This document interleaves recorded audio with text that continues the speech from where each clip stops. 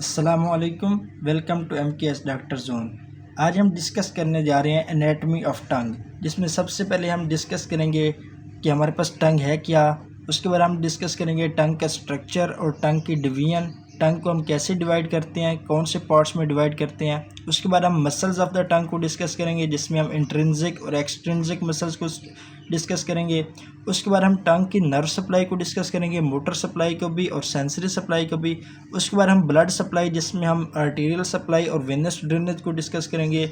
उसके बाद हम लिम्फेटिक ड्रेनेज को डिस्कस करेंगे और एंड में हम टंग के क्लिनिकल्स को डिस्कस करेंगे। अगर हम टंग की बात करें तो टंग हमारे पास एक मस्कुलर स्ट्रक्चर है जिसको कवर किया होता है म्यूकस मेम्ब्रेन में। अगर ये मस्कुलर स्ट्रक्चर है तो कौन से मसल्स होते हैं टंग में? वो होते हैं हमारे पास स्ट्राइएटेड मसल यानी कि स्केलेटल मसल्स। ये तो हमने डिस्कस कर लिया कि टंग होती क्या है। उसके बाद हम टंग के स्ट्रक्चर और डिवीजन को इकट्ठा डिस्कस करते हैं। पहले हम एक स्कीमेटिक डायग्राम बनाते हैं टंग की। ये हमारे पास टंग की एक स्कीमेटिक डायग्राम है। अब हमने टंग को एंटीरियर और पोस्टीरियर में भी डिवाइड करना है, राइट और लेफ्ट हाफ में भी डिवाइड करना है। तो जो स्ट्रक्चर टंग को राइट और लेफ्ट हाफ में डिवाइड करता है वो है हमारे पास मीडियन फाइब्रस सेप्टम। सपोज ये हमारे पास मीडियन फाइब्रस सेप्टम है जिसने टंग को राइट और लेफ्ट हाफ में डिवाइड किया है। अब एक और स्ट्रक्चर होता है वी शेप, जिसको हम कहते हैं सल्कस टर्मिनलिस। वो टंग को डिवाइड करता है into the anterior 2/3 and the posterior 1/3।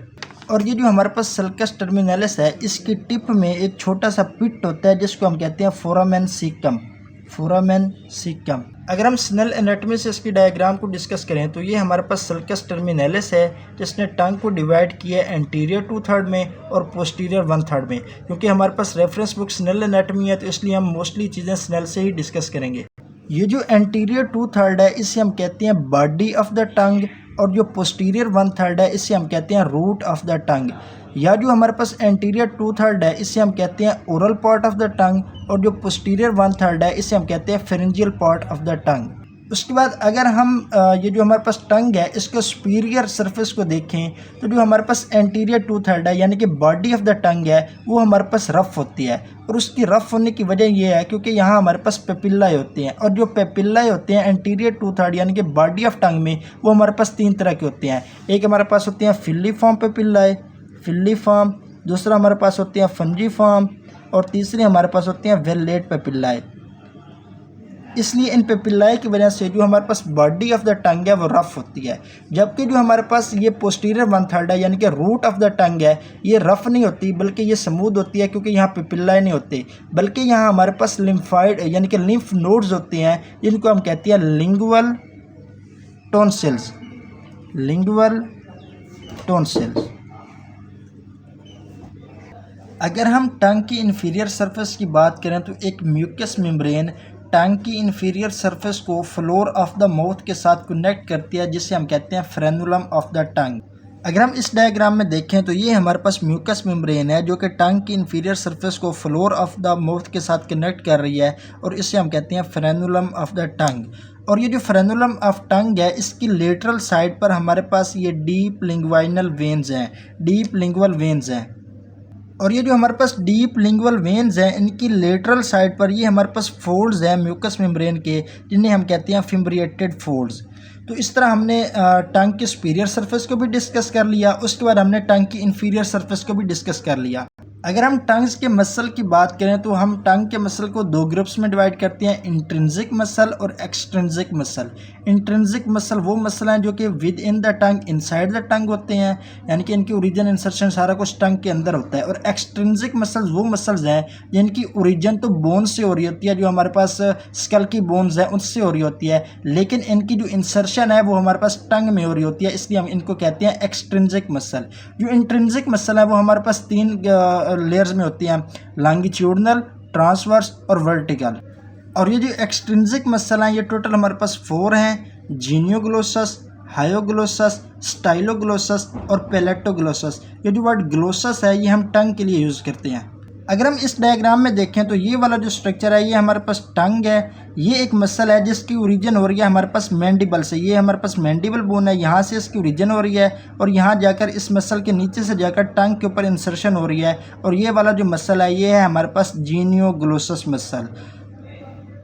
इसी तरह ये जो हमारे पास टाइलॉइड प्रोसेस है, यहाँ से एक मसल की ओरिजिन हो रही है, और ये जाकर टंग के नीचे हमारे पास इसकी इंसर्शन हो रही है, और ये वाला जो मसल है ये है हमारे पास स्टाइलोग्लोसस।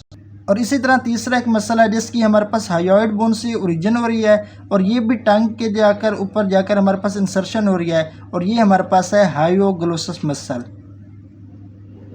और चौथा हमारे पास एक मसल है प्लेटोग्लोसस मसल। इस प्लेटोग्लोसस मसल की ओरिजिन हो रही है पैलेट से, और इसकी इंसर्शन हो रही है आकर टंग के ऊपर। तो ये हमारे पास चौथा मसल हो गया। टोटल हमारे पास एक्सट्रिंसिक 4 मसल हैं। एक जीनियोग्लोसस जिसकी ओरिजिन मैंडिबल से हो रही है और इंसर्शन टंग के ऊपर हो रही है। दूसरा हमारे पास हायोग्लोसस जिसकी ओरिजिन हायोइड बोन से हो रही है और इंसर्शन टंग के ऊपर हो रही है। और तीसरा हमारे पास प्लेटोग्लोसस पैलेट से लेकर टंग तक। और चौथा हमारे पास styloglossus styloid process of mastoid styloid process से हो रही है, और ये आकर हमारे पास टंग के ऊपर आकर इसकी भी इंसर्शन हो रही है। तो टोटल हमारे पास 4 एक्सट्रिंसिक मसल और 3 इंट्रिंसिक मसल। अब हमने इन मसल्स की अटैचमेंट तो कर ली, अब हम इनका एक्शन देखते हैं। ये जो इंट्रिंसिक मसल्स हैं इनका जो काम है ये टंग की शेप को चेंज करती हैं। यानी कि अगर कोई बंदा अपने टंग को रोल कर सकता है तो ये अपनी टंग की शेप को चेंज करता है, वो due to the intrinsic muscle करता है, क्योंकि ये हमारे पास शेप ऑफ टंग को चेंज करते हैं। और जो एक्सट्रिंसिक मसल है इनमें से हर एक मसल का डिफरेंट एक्शन है। जैसे कि जो हमारे पास जीनियोग्लोसस है इसका जो काम है ये प्रोट्रैक्शन करता है टंग की, प्रोट्रैक्शन ऑफ टंग। और जो हमारे पास सबसे लार्जेस्ट मसल है एक्सट्रिंसिक मसल वो हमारे पास जीनियोग्लोसस है। और जो हमारे पास हायोग्लोसस है ये डिप्रेशन करता है, डिप्रेशन ऑफ टंग। और जो हमारे पास स्टाइलोग्लोसस है ये हमारे पास रिट्रैक्शन करता है, रिट्रैक्शन ऑफ टंग। और जो हमारे पास प्लेटोग्लोसस है ये करता है हमारे पास एलिवेशन ऑफ द टंग। हमने मसल की ओरिजिनल इंसर्शन भी कर ली, हमने मसल के एक्शन भी कर लिया। अब हम नर्व सप्लाई को डिस्कस करते हैं। नर्व सप्लाई में हमने 2 तरह की नर्व सप्लाई देखनी है, मोटर सप्लाई भी देखनी है और दूसरा हमने सेंसरी सप्लाई देखनी है। मोटर सप्लाई जो है ना, मोटर सप्लाई में तो हम देखते हैं कि मसल को सप्लाई, तो जितने भी इंट्रिंसिक मसल हैं इंट्रिंसिक सारे के सारे मसल को जो नर्व सप्लाई करती है वो है हमारे पास हाइपोग्लोसल नर्व। सारे के सारे इंट्रिंसिक मसल को हाइपोग्लोसल नर्व सप्लाई करती है। और जो एक्सट्रिंसिक मसल हैं सारे के सारे एक्सट्रिंसिक मसल को भी हाइपोग्लोसल नर्व करती है, लेकिन जो हमारे पास प्लेटोग्लोसस मसल है इसको सप्लाई करती है वेगस नर्व, इसको सप्लाई करती है वेगस नर्व। अब हम सेंसरी सप्लाई की अगर हम बात करें तो सेंसरी सप्लाई एंटीरियर 2/3 की और जो हमारे पास पोस्टीरियर 1/3 है उसकी डिफरेंट है। जो सेंसरी सप्लाई होती है ना ये हमारे पास 2 तरह की होती है। एक तो हमारे पास स्पेशल होती है जिसको हम टेस्ट कहते हैं, और दूसरी हमारे पास जनरल होती है। टेस्ट कैसे कि हमारे पास ये स्वीट है, साल्टी है, सोर है, बिटर है, ये हमारे पास टेस्ट हो गई। और जो हमारे पास दूसरी है वो जनरल है, यानी कि ये हमारे पास कोल्ड है या वेट है, ये या हमारे पास ये हॉट है, ये जनरल सप्लाई है। इसी तरह पोस्टीरियर 1/3 की भी हमारे पास स्पेशल और जनरल। जो पोस्टीरियर 1/3 है इसकी स्पेशल और जनरल दोनों जो हमारे पास सप्लाई करेगी वो है ग्लोसोफेरेंजियल नर्व, दोनों सप्लाई करती है ग्लोसोफेरेंजियल नर्व। और जो एंटीरियर 2/3 है उसकी जो जनरल सप्लाई है वो हमारे पास करती है ट्राइजेमिनल नर्व, ट्राइजेमिनल नर्व। और जो हमारे पास स्पेशल सप्लाई है यानी कि टेस्ट वगैरह वो हमारे पास करती है फेशियल नर्व, फेशियल नर्व। उसके बाद हम देखते हैं ब्लड सप्लाई। ब्लड सप्लाई में हमने आर्टीरियल सप्लाई देखनी है, आर्टीरियल सप्लाई के साथ हमने देखनी है venous drainage. Venous drainage tongue की हमारे पास होती है into the internal jugular vein, internal jugular vein. और जो हमारे पास आर्टीरियल सप्लाई है वो हमारे पास 3 आर्टरीज सप्लाई करती हैं। पहली हमारे पास फेशियल आर्टरी, दूसरी हमारे पास लिंगुअल आर्टरी और तीसरी हमारे पास है असेंडिंग फ्रेंजियल आर्टरी। तो 3 सप्लाई, आर्टीरियल सप्लाई 3 है और जो वेनस ड्रेनेज है वो हमारे पास इंटरनल जगुलर वेन में होती है। उसके बाद हम देखते हैं लिम्फ ड्रेनेज। तो लिम्फ ड्रेनेज टंग की 3 तरह से होती है। Tip of the tongue different होती है।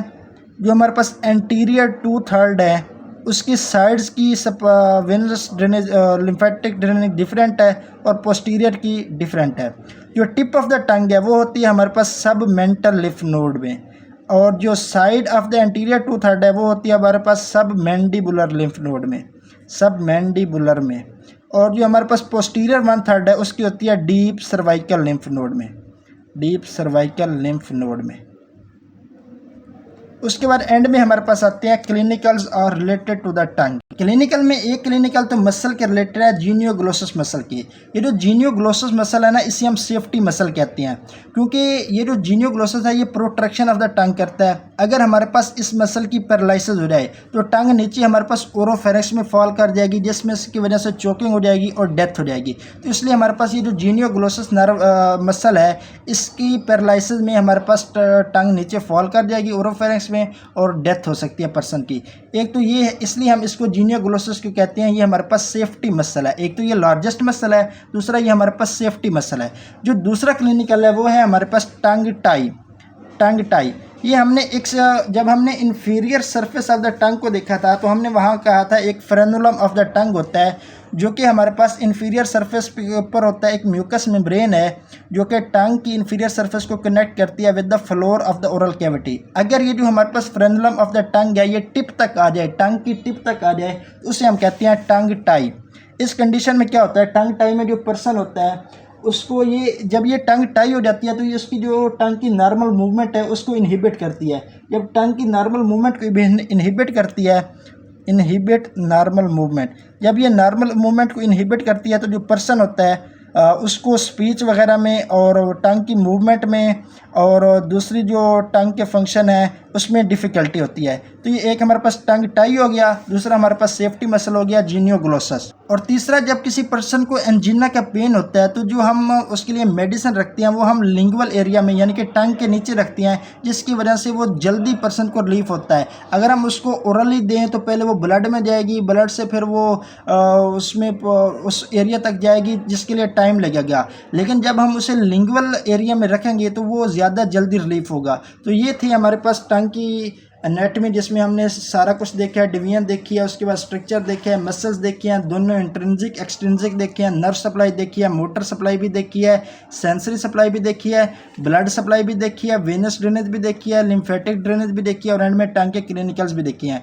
थैंक यू यार वेरी मच। अगर वीडियो अच्छी लगे तो लाइक करें, दोस्तों के साथ शेयर करें, कोई भी क्वेश्चन हो तो कमेंट बॉक्स में ज़रूर पूछें और चैनल को सब्सक्राइब करें। अल्लाह हाफिज़।